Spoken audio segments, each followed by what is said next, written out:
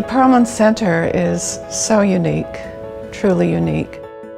A venue for thought, ideas, and exchange of culture.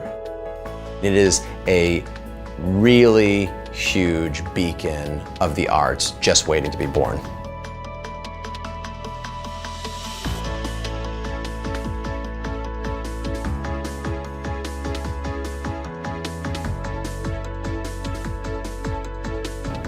The way we approached the mission of the Perelman Center was to be able to say to artists, what doesn't exist in New York City and how can we make a home for you that you don't have? And so to create a space that can actually house and inspire people's imaginations is going to be an incredible thing to add to the theatrical landscape.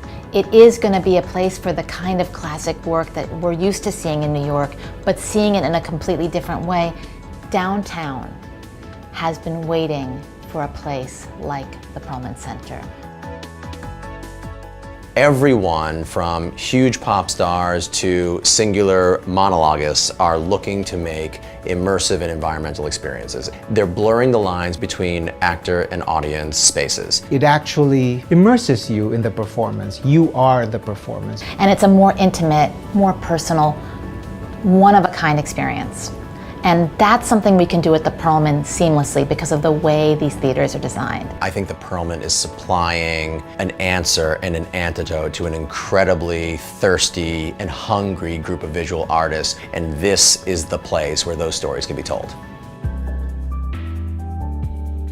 One of the main mission points of the Perelman Center is that our theaters are flexible. We heard initially that the flexibility was a dream for both directors, choreographers, and performers. The idea of immersive and transformative space is kind of coming into its own, whether it's Great Comet or going all the way back to Candide, which Hal Prince did in the 70s, where you change the space. And artists often now are always thinking in different relationships to their work, to the way in which space can operate. There are these three big performance spaces that can transform into multiple iterations of performance spaces. The Perelman Center is built to be transformative, built to be many different kinds of spaces, built to be able to do the small black box, a thrust, a chamber opera, a huge rock concert. It can do any number of things, and so it means that it could be kind of the most significant new way of thinking about cultural space in the city.